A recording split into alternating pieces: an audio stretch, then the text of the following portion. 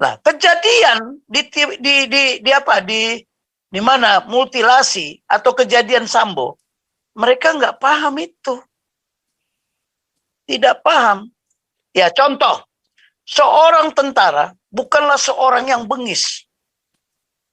Memang doktrinnya kill or to be killed. Ketika terdesak baru. Itu saya nggak tahu. Kalau kita mau ngecek, anggota DPR juga nggak tahu. Anggota DPR juga tidak tahu. Ketika seorang berangkat ke medan operasi, ada lampiran dari perintah operasi namanya rule of engagement. Kapan boleh membuka tembakan, kapan tidak boleh membuka tembakan.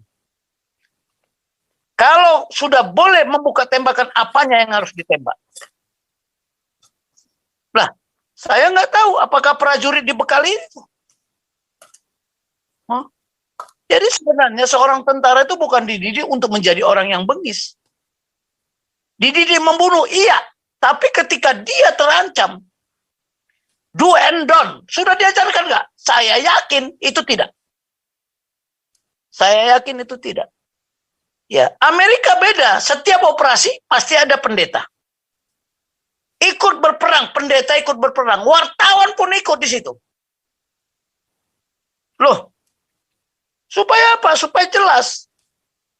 Makanya di TNI Angkatan Darat itu ada PEN, bagian penerangan. Ada humas. Ya, humas beda dengan perang informasi. Kalau perang informasi boleh melakukan suatu kebohongan. Tapi namanya media tidak boleh bohong. Ketika dia bohong, itu doktrinnya udah dia langgar karena media publik itu tidak boleh bohong. Kalau mati 5 ya bilang 5. Kalau mereka dicincang ya harus dibilang dicincang. Nggak boleh bohong karena sekali lancung ke ujian seumur hidup orang nggak percaya. Itu filosofinya. Jadi apakah sekarang presiden kedepannya harus tentara, harus sipil? Bisa saja tentara dan sipil. Nah, sekarang persoalannya mau nggak mendengar pemimpin itu? Pemimpin itu adalah orang yang mau mendengar. Persoalannya pemimpin kita mau dengar nggak? Nggak mau. Masuk telinga kiri, keluar telinga kiri juga, nggak lengket di kepalanya. Itu yang seperti Pak The Way of Life bilang, kalau bisa dipersulit, kenapa dipermudah? Itulah kita senang melihat orang susah, susah melihat orang senang kan. Jadi mohon maaf, kalaupun dia tentara, cek dulu rekam jejaknya. Boleh nggak saya buat pertanyaan? Bisa nggak dia jawab? Saya bisa membuat pertanyaan. Pasti nggak bisa. Potong kepala saya. Saya yakin. Kenapa? Saya melihat kok nggak ada konsep strategi kita. Mana konsep strategi nasional kita? Nggak ada. Buka di Google. Di Indonesia, di ASEAN ini yang nggak punya strategi. Dari sekian negara. Timur yang baru merdeka. Sudah punya. Ya kan? Sudah punya. Kita mana? Mana coba? Hanya omong doang kan? Hati-hati, kita ini rakyat ini senang yang dongeng-dongeng. Itu aja komentar saya tadi yang saya elaborasi, tapi mungkin ada yang bertanya itu udah banyak sekali yang resen itu Pak Santi Amer. Tolong berikan kesempatan mereka. Yuk. Hey, this is what's happening now. I'm going to show you what happens with my. Oh, saya ada satu lagi dikit Pak Tobing. Jadi pertanyaannya ini, saya tadi bilang kan ini apa namanya the chain of command ini udah putus, nggak ada tali command. Jadi haruskah the next presiden ini harus dari militer? Jadi mereka ini ngerti mengenai subordination. Lihat aja Jokowi ini orang Solo enggih, semua enggih aja.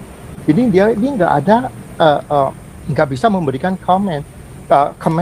Soalnya anak buahnya nggak ada yang dengerin, ya kan? Jadi apakah the next president harus jadi dari militer? Thank you. Oke, yang bisa jawab atau masih ada yang lain? So ini Pak The Way of Life dulu. Silakan The Way of Life. Ya biar sekaligus nanti Pak. The Way of Life.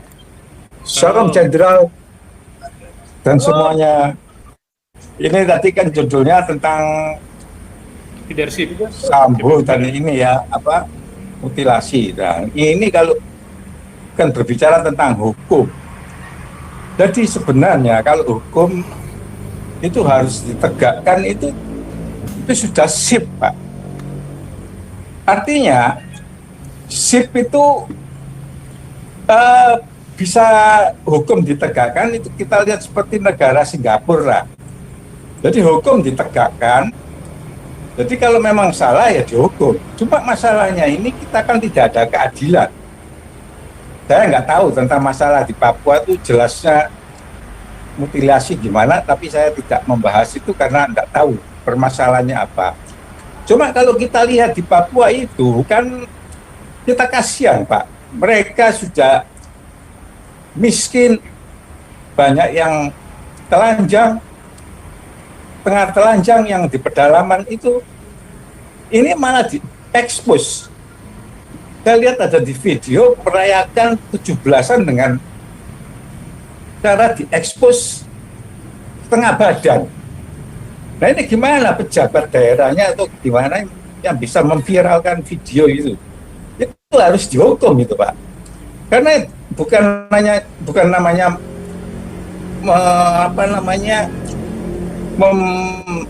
mengulang tahun, merayakan ulang tahun 17-an, tapi justru menampakkan kebodohannya bagi pejabat daerah atau yang itu. Karena apa? Karena seharusnya kan dididik. Kalau mereka memang, kita semua kan asalnya dari manusia yang berdosa, yang dulu banyak berpakaian cawat, gaun, atau dan sebagainya. Nah ini kan dengan kemajuan zaman kan harusnya seperti kaum sebelah itu kan ditutup sepenuh aurat. Nah itu kan istilahnya ada kenjomplangan. Jadi saya tidak membahas yang pakaian jubah, pakaian itu terserahlah. Tapi menurut saya ini harus keadilan ditegakkan ini karena apa? Karena tidak ada niat atau ada penyaringan, screening pejabat-pejabat daerah atau penegak hukum itu mempunyai karakter yang dipilih yang sesuai kompetensinya. Jadi artinya pendidikan karakter ya, dan dilihat dari jejak rekam jejaknya. Selain itu, hukumnya itu perlu karena menurut kitab Jabur ya, kalau kaum orang sebelah nyebut Jabur, kita di Mazmur, itu mengatakan pemerintahan itu kalau bisa jaya, artinya bisa langgeng itu, kalau negaranya itu ada kebenaran dan keadilan. Dan ini kita nyata di daerah-daerah ini tidak ada kebenaran dan keadilan. Justru apa yang bisa dikorup, yang sulit, sebetulnya yang mudah dipersulit, yang sulit dibikin apa ya istilahnya, ya nggak tahu lah seperti itu. Jadi yang sebetulnya mudah dipersulit, tapi yang ini yang apa ya, jadi dibolak-balik gitulah logikanya.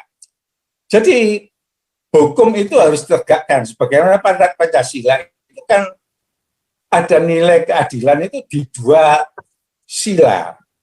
Yang sila kedua kemanusiaan yang adil dan beradab, diulangi lagi ada yang kelima, keadilan sosial. Nah ini keadilan ini yang harus ditegakkan. Yang mana yang kita lihat? Kita lihat tidak ada keadilan. Contohnya hukum itu yang perlu dibenahi. Bagi hukum istilahnya pasal-pasal apa itu ya? Kalau bilang saya kurang ngerti. Yang diartikan pasal karet atau gimana ya? Nah ini hukum diperjualbelikan. Contoh, orang mencuri atau korupsi lah katakanlah, dihukum maksimal 10 tahun. Nah ini sudah nggak beres hukumnya kalau persyaratannya begitu. Karena apa? Kalau namanya korupsi ya harus dihukum sekian tahun. Jelasnya itu 10 tahun. Misalnya gitu.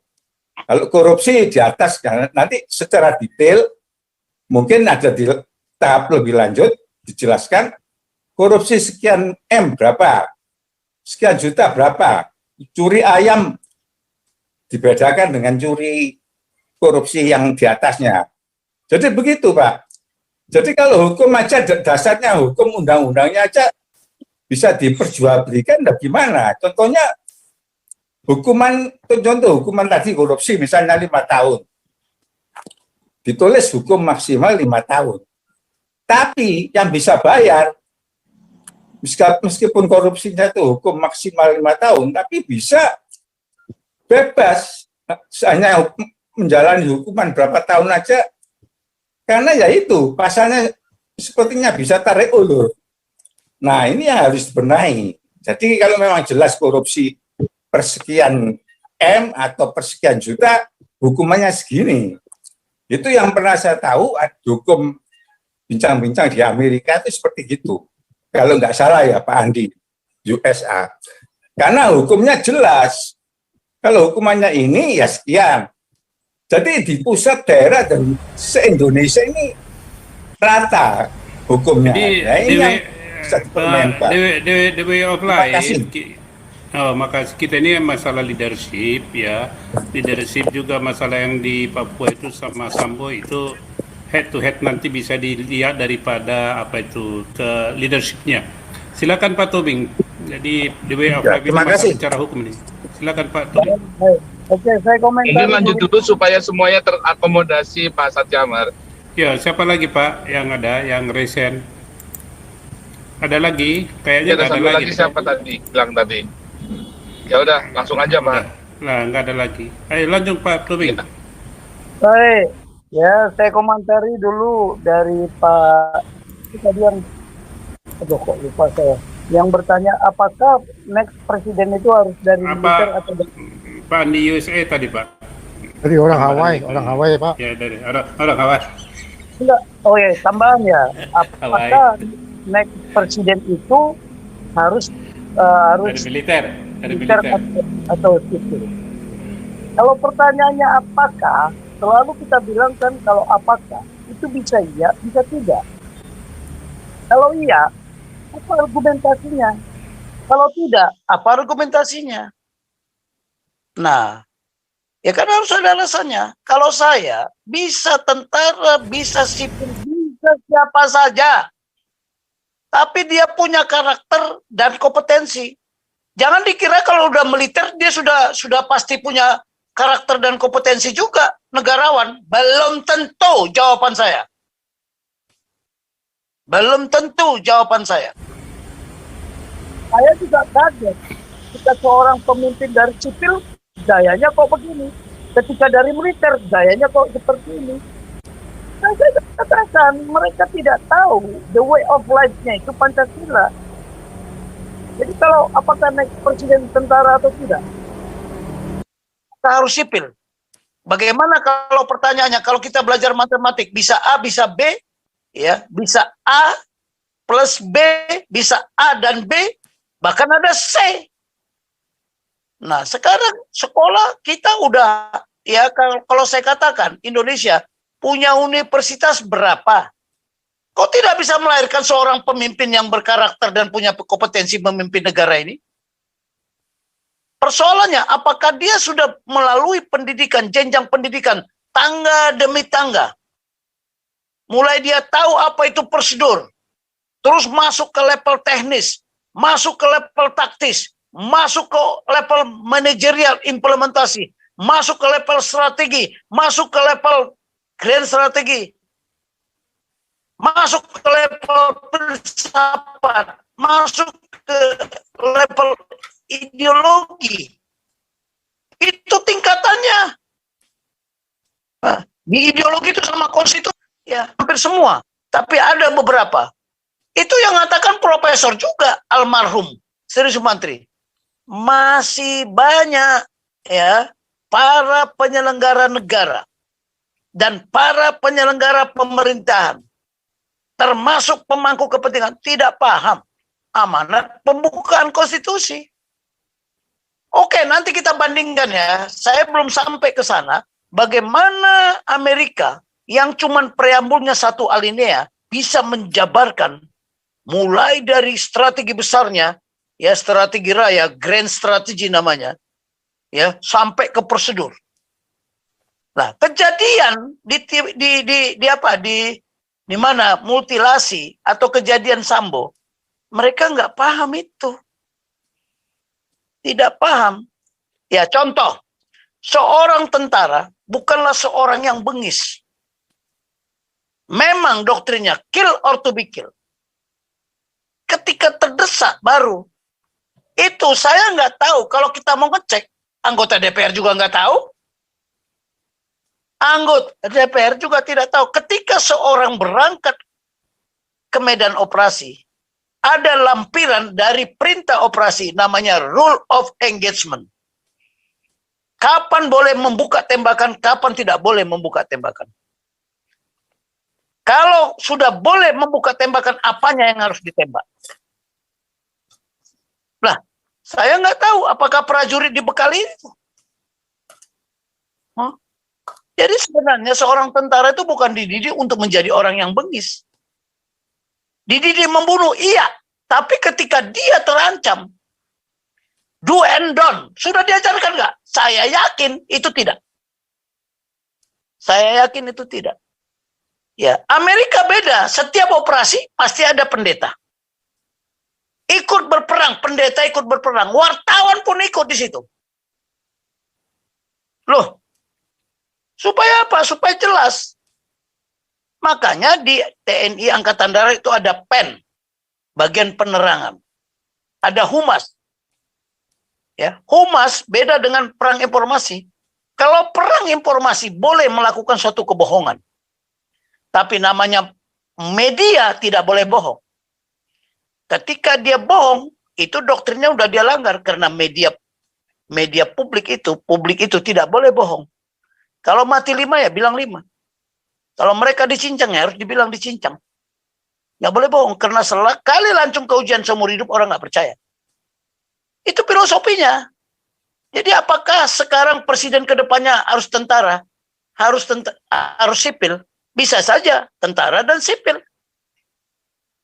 Nah, sekarang persoalannya, mau nggak mendengar pemimpin itu?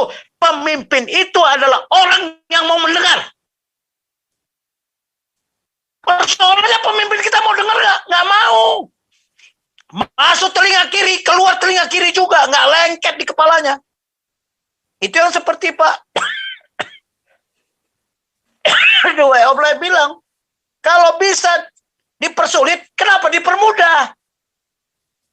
Itulah kita senang melihat orang susah. Susah melihat orang senang. Saya yakin nggak ada kok negara ini yang mikirkan bahwa rakyat ini harus maju, harus cerdas. Enggak. Saya tambahin dikit lagi boleh nggak Pak Topeng? Bentar lu, belum selesai saya. Nah, kemudian Pancasila. Hukum. Negara berdasarkan hukum. Negara berdasarkan Pancasila. Pancasila itu bukan hukum. Lah, prinsipal. Apa prinsipal? Prinsipal itu hukum. Hukum. Lihat Ormas. ADART-nya. Ormas ini ajas. Itu ada tulisan ajas. Setiap ormas itu ada ajas. Di situ dia bilang, ormas ini berajaskan Pancasila. Maksudnya apa? Bukan ditulis saja. Berajaskan Pancasila. Setiap pengambilan keputusan harus berdasarkan prinsip-prinsip. Prinsip itu apa? Hukum. Hukum dasar. Ya, berdasarkan Pancasila. Mau KUHP, tetek bengek, segala macam itu. Sumbernya adalah amanat pembukaan. Jadi dia kalau berdasarkan hukum, berdasarkan Pancasila. Nah, itu yang tidak dikembangkan. Singapura bilang apa? I don't believe democracy will bring my people welfare. Itu Lee Kuan Yew ngomong itu. Tetapi apa? Disiplin dan hukum yang bisa membuat rakyat saya sejahtera. Tidak mungkin ada sejahtera tanpa keadaan damai. Makanya Tuhan Yesus bilang di kitab apa? Damai sejahtera lah engkau di bumi. Bukan sejahtera dulu baru damai. Tapi kenapa damai sejahtera? Kemarin saya di dalam pencerahan, lihat para pemimpin kita. Nggak berani ngomong salam damai sejahtera. Selalu salam sejahtera. Kalau bicara salam sejahtera untuk siapa? Untuk mereka. Karena dia nggak mau berdamai dengan rakyat ini. Tidak mau berdamai dengan lingkungan ini. Nggak mau berdamai sesama anak bangsa. Yang terjadi sekarang perang di antara sesama anak bangsa. Conflict and war amongst the people yang tidak jelas apa yang menjadi sasaran daripada konflik dan perang ini. Apa coba? Persatuankah? Nah, yang begini-begini, kalau kita bilang hukum, emangnya coba buka di kamus sekarang, buka. Apa itu ajas? Itulah hukum, prinsip dasar, hukum dasar. Ya, baru dikembangkan ke hukum yang lainnya. Nah, sekarang saya tanya, kalau seorang pencuri ayam sama yang korupsi bermiliaran, hukumannya sama. Itu sudah berdasarkan Pancasila nggak? Memecah persatuan malah. Tidak ada rasa kemanusiaan, tidak adil. Sudah 3 nilai hukum, prinsip yang dikandung, yang tertulis di dalam Pancasila, itu sudah dilanggar. Bahkan mungkin kelima-limanya dianggar. Makanya pengambilan keputusan jangan melanggar hukum dasar. Ketika melanggar hukum dasar, ya sudah melanggar semua. Karena hukum dasar itu ada di konstitusi. Nah itulah, makanya kemarin waktu pencerahan, Anda yakin nggak bahwa ada pemerintahan kerajaan Tuhan? Ada pemerintahan kerajaan sang raja di atas segala raja? Yang begini-begini ini, ya itu. Jadi apa yang menjadi hukum dasar, tolong itu dulu dihormati. Kalau itu sudah dilanggar, sudah selesai. Ya, makanya Pancasila itu disebut apa? Dasar negara. Ya, bukan hanya ideologi. Ya. Landasan fundamental. Bayangin fundamental.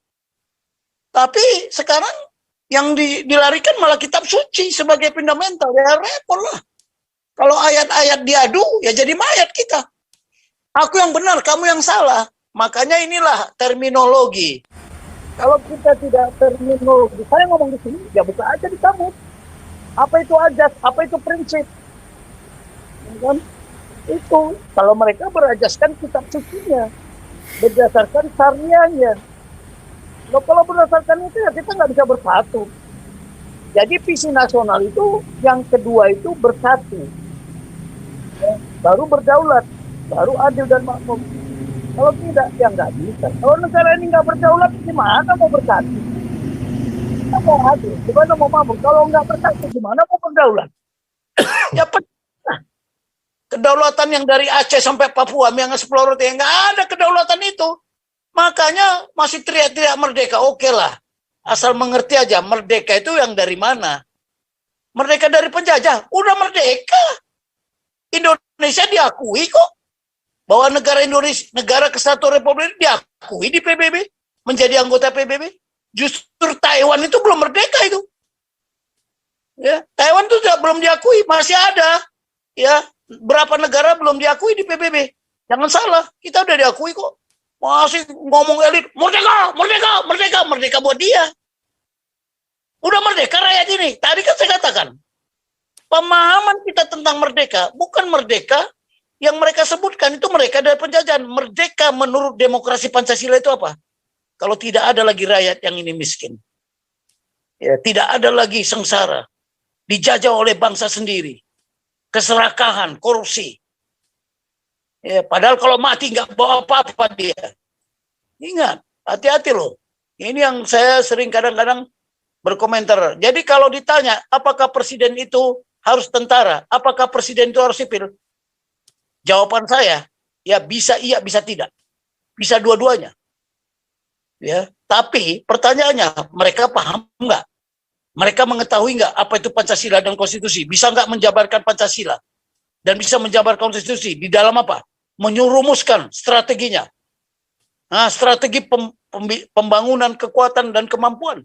Strategi sudah apa pembangunan, strategi pembinaan kekuatan dan kemampuan dibangun tapi tidak dibina, percuma. Lihat aja jalan-jalan itu nanti yang dibangun semua infrastruktur.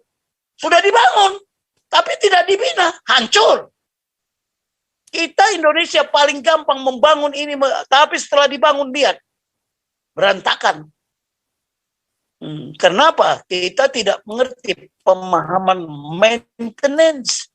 Biaya maintenance itu lebih berat. Jangan dikira nggak berat. Itu udah diperhitungkan belum?